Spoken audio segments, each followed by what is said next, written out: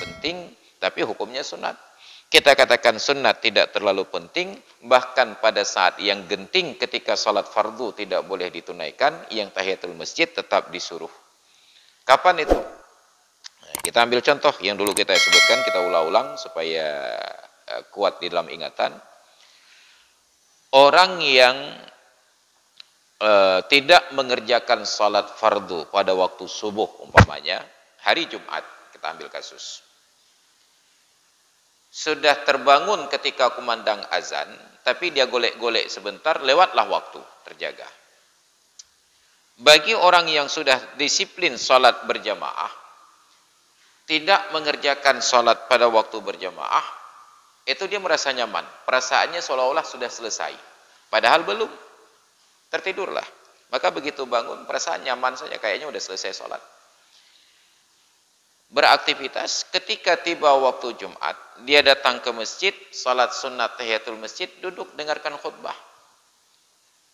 Di dalam khutbah, oleh khatib ini menyampaikan materi, termasuklah tentang orang yang meninggalkan salat. Kalau ada di antara kita yang tadi subuh lupa salat, maka salat yang lupa itu tidak gratis begitu saja, tetap wajib ditunaikan. Barulah kita sadar, ya Allah, rupa jilun poin subuh galau. Teringat belum qada salat subuh pada waktu tersebut. Tidak boleh mengerjakan qada subuh. Wajib mendengarkan khutbah. Sampai khutbah selesai, tunaikan salat Jumat. Setelah salat Jumat, baru qada salat subuh. Sedemikian pentingnya mendengarkan khutbah dan memperhatikan khatib. Bahkan qada salat subuh nggak boleh pada waktu itu. Tapi anehnya, ada orang yang datang ke masjid hari Jumat ketika khatib sedang khutbah. Pertanyaannya, apakah langsung duduk atau tetap salat sunat tahiyatul masjid? Tetap tahiyatul masjid. Maka di zaman Rasulullah dulu, Nabi sedang khutbah di atas mimbar hari Jumat, datang seorang sahabat terlambat. Jadi ternyata bukan kita saja yang terlambat Jumat, sahabat adalah Jumat. Ketika masuk ke dalam masjid, dia berancang-ancang mau duduk. Dari atas mimbar Nabi berikan petunjuk. Ya fulan, qum warka' raka'ataini. Wahai si fulan, bangunlah dan kerjakan salat sunat 2 rakaat. Saking pentingnya salat sunat tahiyatul masjid.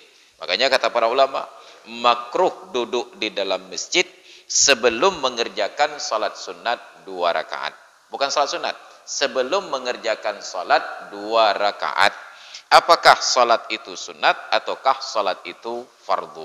Maka kita yang datang ke masjid sudah qamat, langsung salat subuh, enggak perlu lagi salat sunat tahiyatul masjid. Asal sudah mengerjakan salat 2 rakaat, apakah tahiyatul masjid atau sunat yang lain ataupun salat wajib, maka tahiyatul masjid itu sudah gugur.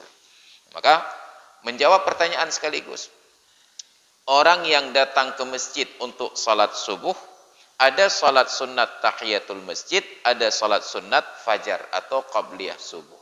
Mana yang dia kerjakan lebih dahulu? Tahiyatul masjidkah ataukah qabliyah subuh?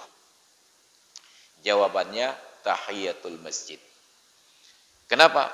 Karena bila qabliyah subuh lebih dahulu dikerjakan, salat tahiyatul masjid luput fadilahnya. Kenapa? Karena sudah menunaikan salat 2 rakaat. Tapi kalau salat tahiyatul masjid dulu dikerjakan, begitu masuk masjid, usalli sunnatat tahiyatul masjid rakataini lillahi ta'ala, dia kerjakan, selesai. Salat qabliyah subuh tetap dituntut pelaksanaannya. Jadi kalau mau efisien dan efektif, mau hemat, salat qabliyah subuh saja 2 rakaat. Tapi kalau mau lebih banyak fadilah rakaat salat sunat, kerjakan tahiyatul masjid lebih dahulu, baru dilanjutkan dengan salat qabliyah subuh. Setelahnya baru dilanjutkan dengan salat subuh. Itu kondisinya. Demikian pula salat sunat tawaf, tahiyatul masjid, salat sunat wudu, salat sunat gerhana matahari, dan salat janazah. Walau ala ghaibin, walaupun salat janazah itu untuk janazah ghaib. Tadi setelah salat subuh, umpamanya imam memberitahukan, Bapak dan Ibu sekalian, ada seorang warga kita, kerabat kita yang berpulang ke rahmatullah kemarin di daerah Pulan. Nanti salat gaib itu pun ada ketentuan. Salat gaib disunnatkan pelaksanaan untuk orang yang jauh dari tempat jenazah itu dikuburkan. Ya, tapi ternyata di negeri kita di Banda Aceh ini ada warga yang meninggal di Nesu Aceh, salat gaib dikerjakan di Masjid Raya Baitur Rahman. Maka mula-ula ubud. Ini pekerjaan mula-ula. Meninggalnya di Nesu Aceh, di Nesu Jaya, dikuburkan di Nesu Jaya, salat gaib di Masjid Raya. Nya mula-ula ubud. Karena dasar salat gaib itu ketika tidak mungkin datang ke dekat dengan jenazah untuk salat jenazah. Makanya dasar salat jenazah gaib itu dipraktikkan oleh Nabi ketika Raja Najasyi meninggal dunia. Raja Najasyi itu negerinya di Ethiopia. Ethiopia sekarang. Dulu namanya Abyssinia, Habasyah. Itu tempat Raja Najasyi.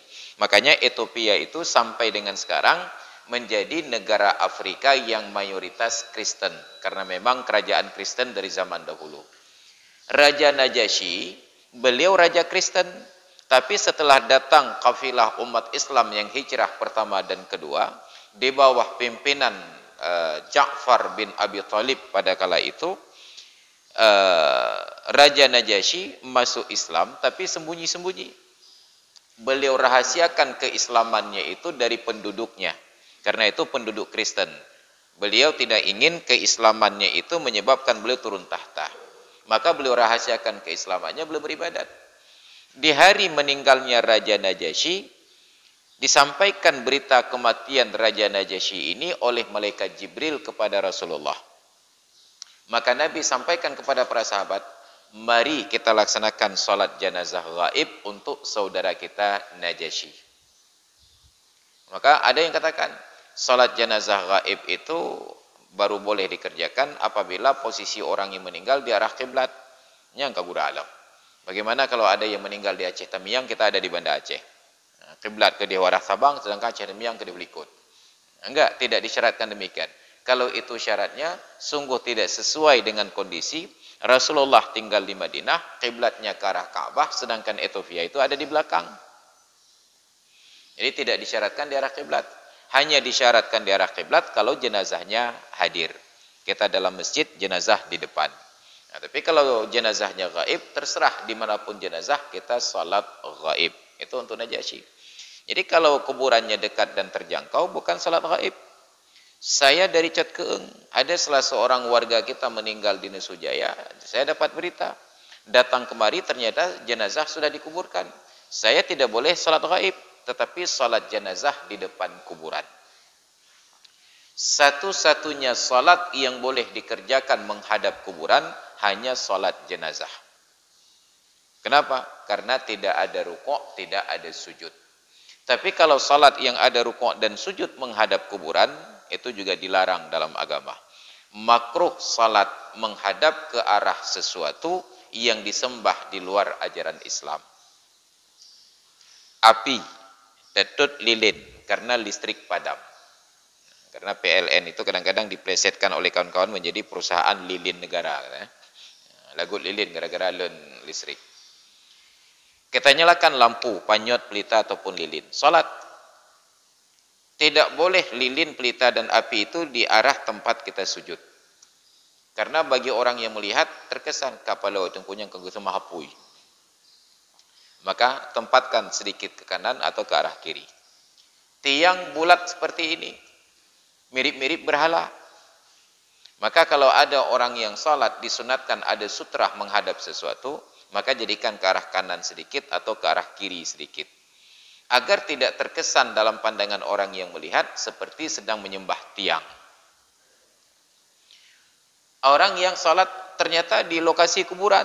Seperti di kuburan Syah Kuala. Sudah penuh musallanya itu, yang ada lokasi hanya di kuburannya saja. Maka agak ke kanan sedikit atau agak ke kiri sedikit. Jangan sampai kuburan itu tepat di hadapannya. Karena nanti ketika giliran rukuk dan sujud dilihat oleh orang, apa lo kesemah kubu tengkuyan. Padahal kita menyembah Allah Ta'ala. Tapi dalam pandangan orang yang melihat seperti sedang rukuk dan sujud menghadap kuburan. Itu peraturannya. Jadi kalau kita hadir ke kerabat ataupun kawan-kawan yang berpulang ke rahmatullah, terlambat sedikit jenazah sudah dikuburkan, salat jenazah masih boleh dikerjakan menghadap kuburan tersebut. Maka nanti terjadi perbedaan pendapat para ulama.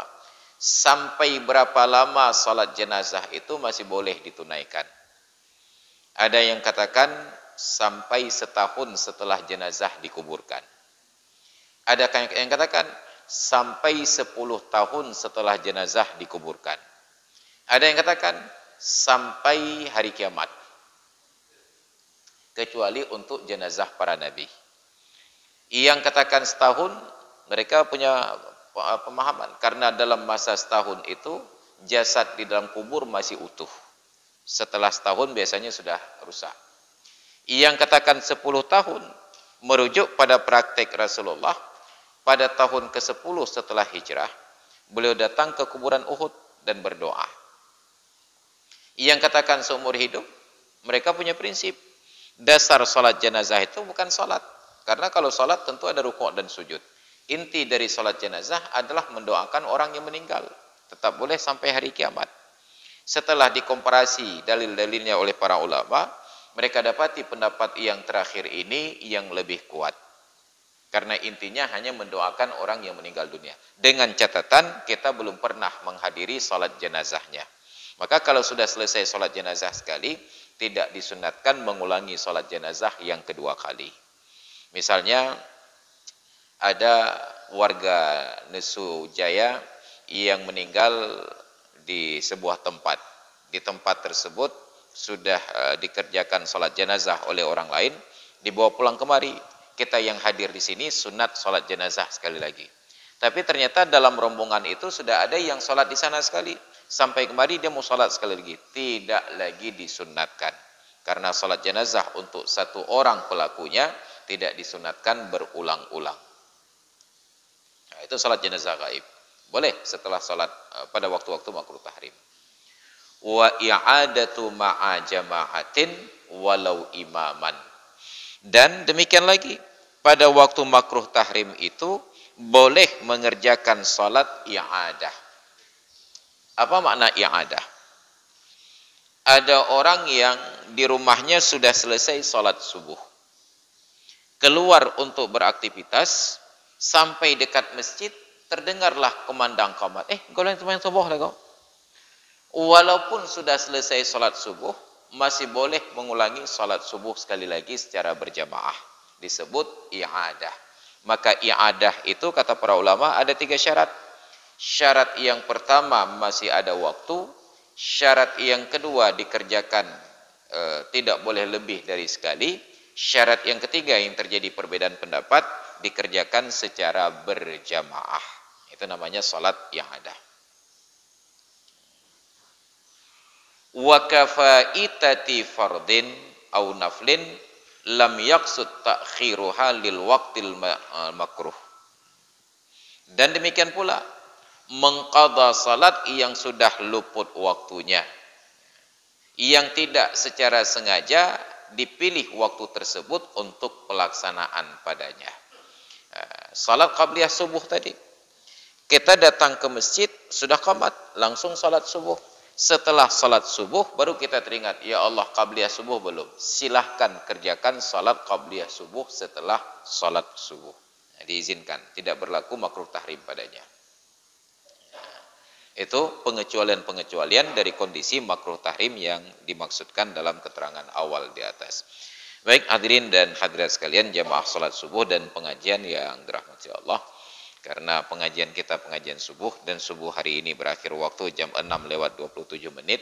Ini sudah jam 6:28. Berakhirlah waktu subuh dan berakhirlah pengajian. Maka kita buka sesi diskusi dan tanya jawab. Bila ada pertanyaan disilakan dengan segala hormat.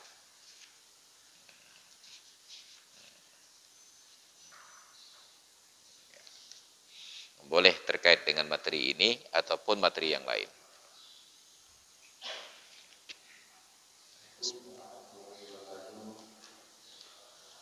Waalaikumsalam. Misalnya saya di sini orang tua juga orang tua minta beri sholat, sedangkan saya di sini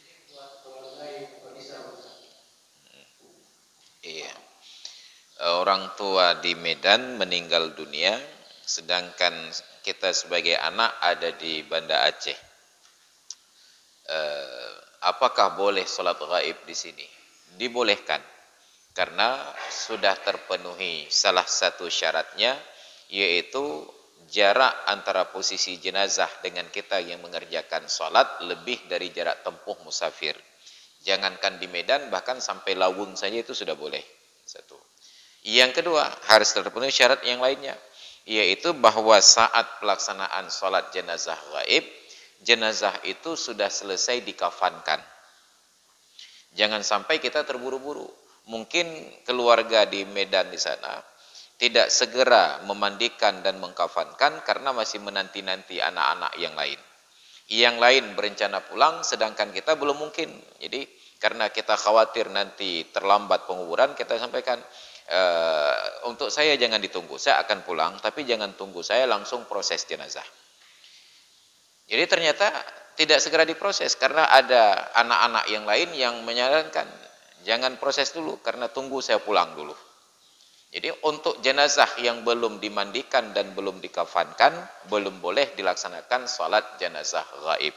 Maka ketika akan sholat jenazah gaib di sini, pastikan dulu, bagaimana jenazah? Sudah dikafankan? Oh, sudah selesai. Oh, kalau begitu kami mau sholat jenazah gaib di sini. Atau orang-orang sudah kumpul di sini, telepon. Bagaimana jenazah? Sudah dimandikan? Belum, sedang menanti orang yang memandikan. Maka tidak boleh sholat jenazah gaib lebih dahulu. Karena berlaku tertib. Dimandikan, dikafankan, disolatkan. Maka tunggu selesai dikafankan dulu, baru boleh disolatkan. Demikian.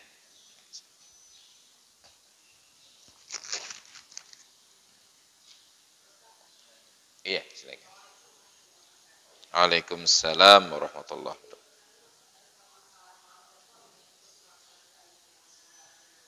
Mm-mm.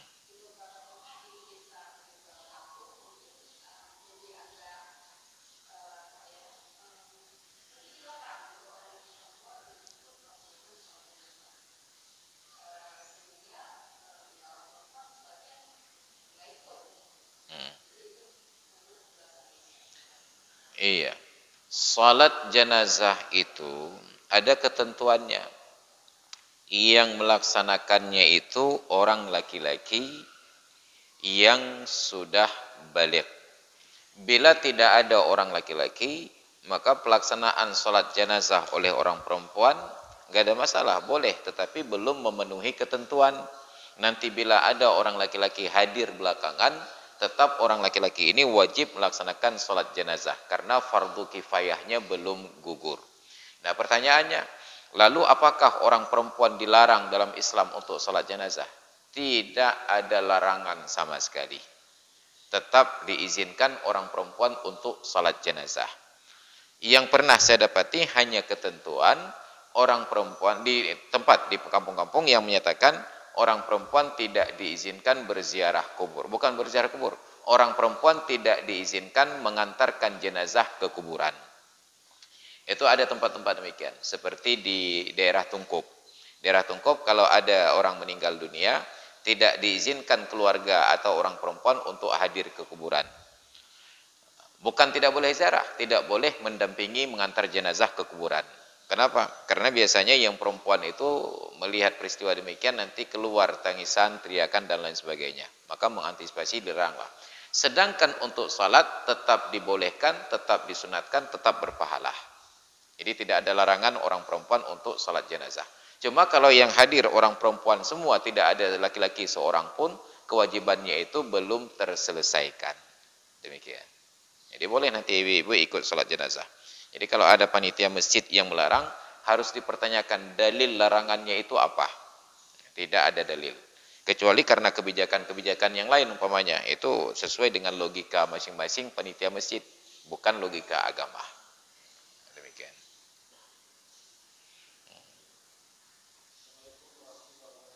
Waalaikumsalam warahmatullahi wabarakatuh.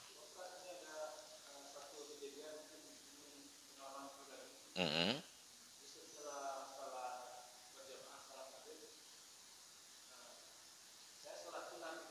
Mm-hmm. Mm. Salat maghrib berjamaah. Hmm. Hmm. Hmm. Salat sunat. Hmm.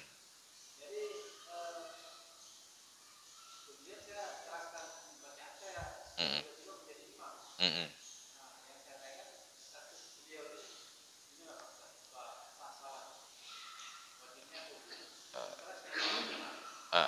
Jadi berapa rakaat salatnya? 2 rakaat juga? Tetap 2 rakaat. Tetap 3 rakaat. Iya. Baik. Aturan salat berjamaah hanya ada 2 pantangan yang tidak boleh. Yang pertama, tidak boleh berjamaah orang yang berbeda aturan salat. Misalnya orang yang salat fardu mengikut salat jenazah karena tidak ada rukuk dan sujud.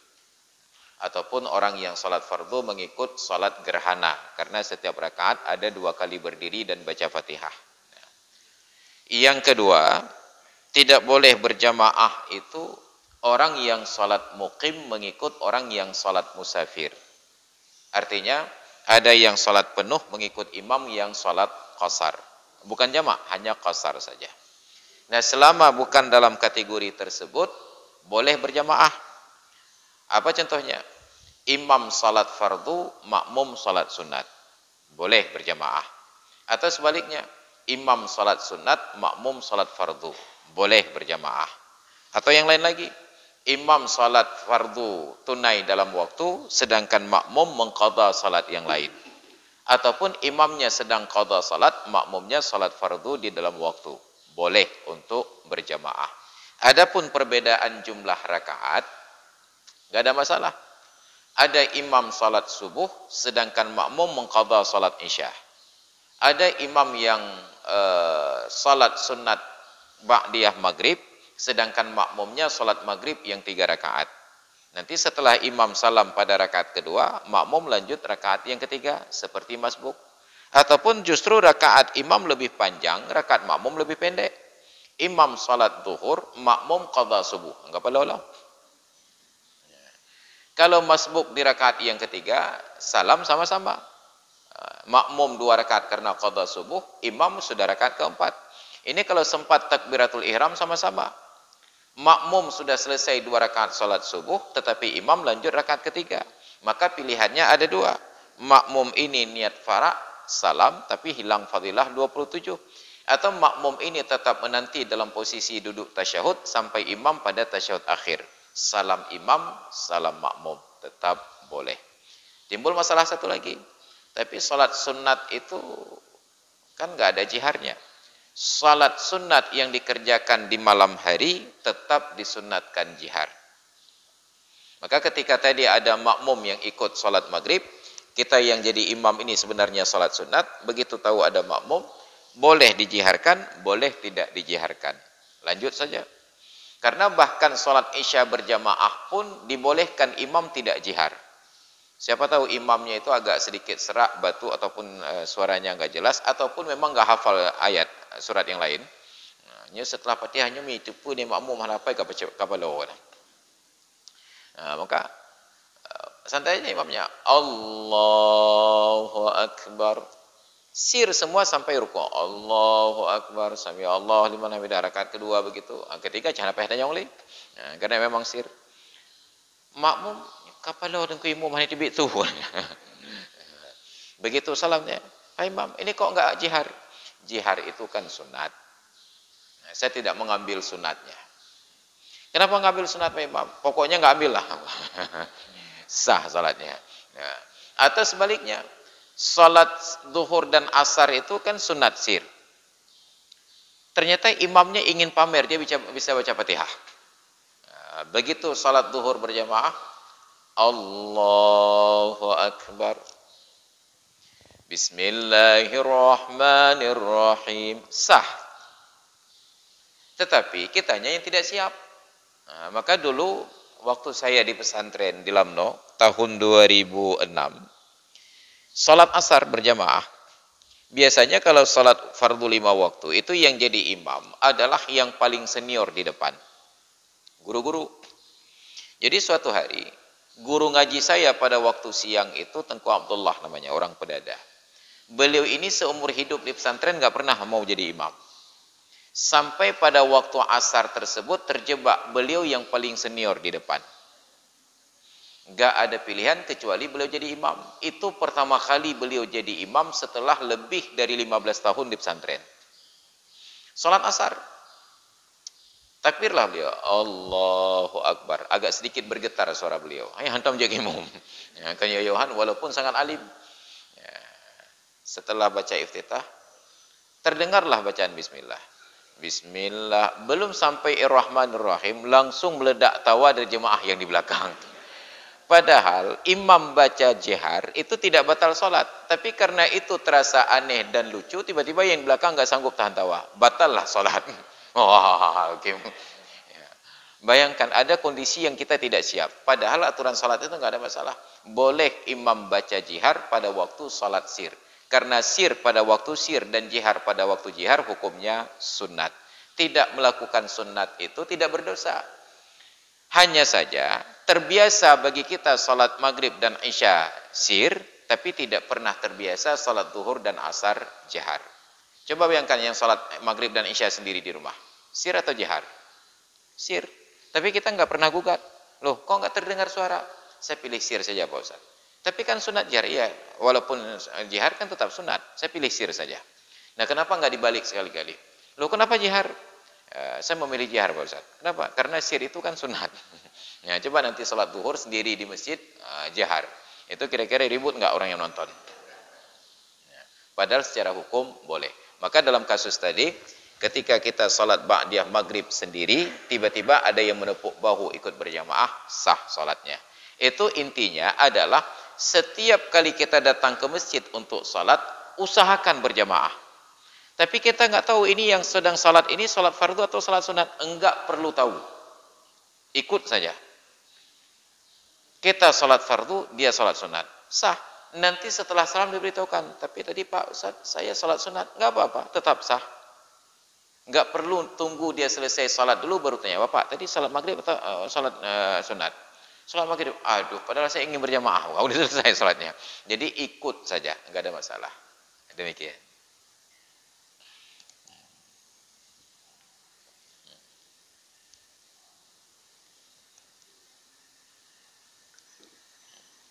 Masih ada ya. Waalaikumsalam warahmatullahi wabarakatuh.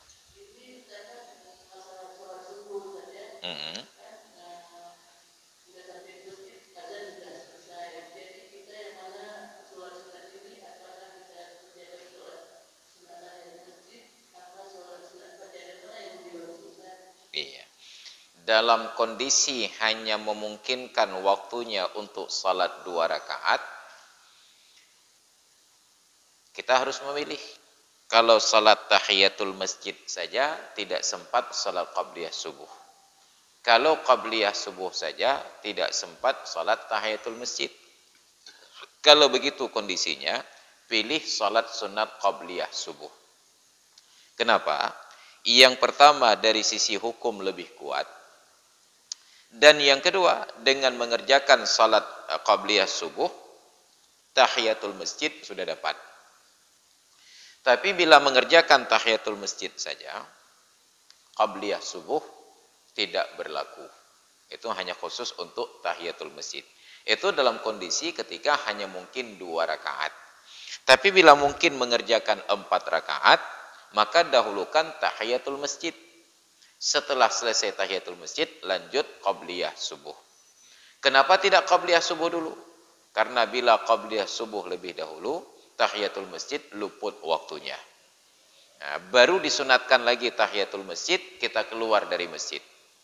Udah selesai qabliyah subuh, salam. Nyan, kahanjit tahiyat masjid. Keluar dulu. Nah, sekedar pindahkan sendal saja, masuk lagi. Ya, itu maka ya tebit lezat. Kepu untuk jid tahiyat masjid. Makanya kata para ulama, sunat tahiyatul masjid itu berulang-ulang pelaksanaannya dengan sebab berulang-ulang masuk ke dalam masjid. Kita masuk ke dalam masjid sekali, salat tahiyatul masjid. Tiba-tiba ada kawan yang telepon. Enggak baik menjawab telepon di dalam masjid. Kita keluar untuk menjawab, masuk lagi tahiyatul masjid lagi. Setelah tahiyatul masjid batal wudu, kita keluar untuk berwudu lagi, masuk lagi sunat tahiyatul masjid lagi. Setelah selesai, tiba-tiba turun hujan di luar, takut basah sepatu, kita pindahkan lagi, masuk lagi tahiyatul masjid lagi. Iran tengku lek tak ya, untuk mencari fadilah, ya, berulang-ulang masuk ke dalam masjid, berulang-ulang tahiyatul masjid. Ya, demikian. Waalaikumsalam warahmatullahi. Jadi masalah ini, apakah yang sekarang air itu kurang-kurang Untuk berwudu. dulu, Hmm. atau mesti dia harus kurang-kurang? Apakah kalau tidak ada yang kurang sah? Waalaikumsalam warahmatullahi wabarakatuh. Dalam hadis dinyatakan Rasulullah berwudu dengan air 1 mud dan beliau mandi dengan air yang 1 sa'. 1 mud itu adalah kadar air yang memenuhi 2 telapak tangan sekaligus. 2 telapak tangan dibentangkan, maka disebut muddun. Sama seperti kadar fidyah 1 mud makanan. Jadi artinya Nabi berwudu itu airnya sebegini. 1 botol ini air untuk wudu Nabi. Dan beliau mandi dengan air yang 1 sa' kali 4. Kali 4. Artinya 2 botol air mineral yang 600 mili itu. 1 sa' itu kadar yang sama untuk zakat fitrah pada ukuran beras. Kadar zakat fitrah 1 sa'. Ukuran sa' beras itu kita isi air. Itulah air mandi Nabi. Sedangkan 2 qullah itu sekitar 200 liter lebih sedikit. Maka tidak disyaratkan untuk mandi, tidak disyaratkan untuk wudu dan bersuci yang lain air sampai 2 qullah. Hitungan 2 qullah ini baru dipersoalkan apabila di dalam tempat air itu terindikasi ada najis.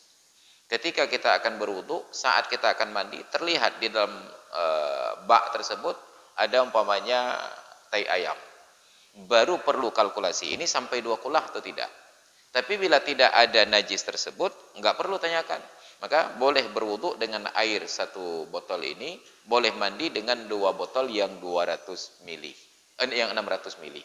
Bayangkan 1 sa' air, Nabi sudah selesai mandi wajib. 2 botol air mineral yang 600 mili. Sedangkan kita setengah bak itu baru mukaddimah mandi. Saking borosnya kita. Makanya karena dulu di Arab itu langka air, Nabi kalau mandi tidak main siram saja. Nabi tuang air ke dalam telapak tangan, beliau siramkan di kepala dan digosok-gosok supaya airnya itu rata. Kita main siram-siram saja. Maka dari dulu kita ingatkan, paling bagus di kamar mandi itu mandi menggunakan shower. Kenapa? Debit air yang keluar sedikit, kemudian siramannya merata. Cuma di Aceh kalau disebut shower itu katanya tempat mandi orang kaya. Oh makanya tak mana pakai shower katanya. Padahal shower itu kan bahasa Inggris, air hujan. Kucurannya itu seperti air hujan. Padahal tinggal pasang saja keran di atas, ambil saring dangdang nasi itu. Nah, taruh itu juga shower namanya. Pokoknya hotedren iratah kan. Nah, pokoknya posisikan stabil. Jadi Nabi mandi dengan 1 sa', berwudu dengan 1 mud. Maka nanti coba sekali-kali berusaha untuk wudu dengan 1 botol ini. Nah, kalau ragu nanti di perjalanan ada air untuk wudu atau tidak, bawa air 1 botol ini saja. Nah, ketika tiba waktunya, buka botol, ambil air, tuang dalam telapak tangan, siram di muka. Selama tangan tidak terangkat, ini masih boleh dibawa-bawa. Rata, udah selesai. Oh mau dapat pahala sunat, ulang 3 kali, ambil lagi yang kedua, yang ketiga. Nanti basuh tangan, ambil dengan telapak tangan kiri, basuh. Asal tidak terangkat tangan, masih boleh dibawa-bawa sampai rata. Tapi kalau diambil dengan telapak tangan kiri, dibasuh, terangkat. Ini tidak boleh diulang lagi. Ambil air yang lain, karena ini sudah mustakmal. Nanti kepala juga demikian, sedikit. Kaki juga demikian. Maka dengan 1 botol ini kita sudah sah berwudu. Enggak perlu antri di keran air. Ambil saja air 1 botol, keluar menjauh dari keran, kita berwudu. Untuk memberikan kesempatan kepada orang lain. Maka kalau diukur dari praktik Nabi, wudu kita sekarang itu mubazirnya berlipat-lipat. Itu belum lagi orang yang datang ke keran, lengan baju belum digulung, keran sudah dibuka. Makanya ada ulama di Arab yang menyatakan judul baru namanya Al-Kisul Masqub. Ada kantong bolong. Kita beribadat, berwudu cari pahala, tapi ternyata pahalanya bolong gara-gara ada praktek mubazir. Kita datang makan kenduri maulid, hidangan kenduri sunat, makan kenduri sunat, tapi makannya buat gunung cut. Kemudian dituang kuah sampai berenang nasinya. Dimakan sedikit, yang lain dibuang. Kenduri dasarnya sunat, makan kenduri dasarnya sunat, interaksi seperti ini hukumnya haram. Kenapa? Terjadi pemborosan. Jadi tidak disyaratkan 2 kulah untuk mandi.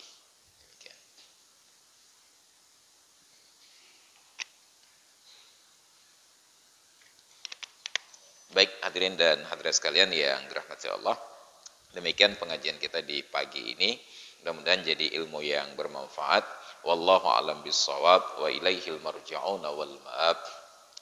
A'udzu billahi minasyaitonir rajim. Bismillahirrahmanirrahim. Alhamdulillahi rabbil alamin wassalatu wassalamu ala sayyidina Muhammad wa ala alihi wa sahbihi ajma'in. Allahumma rizqna fahman nabiyyin wa hifdzal mursalin wa ilhamal malaikatil muqarrabin. Allahumma 'allimna 'ilman yanfa'una wanfa'na bima 'allamtana wa zidna 'ilman wa fahman wa alhiqna bis salihin. Rabbana ighfir lana dzunubana wa liwalidayna warhamhuma kama rabbayana shighara.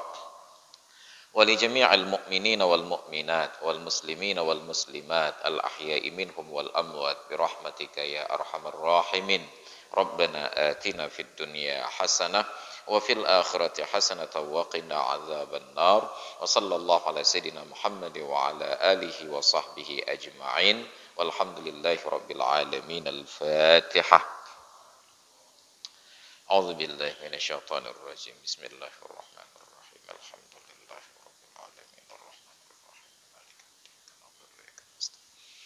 الصراط المستقيم صراط الذين أنعمت عليهم.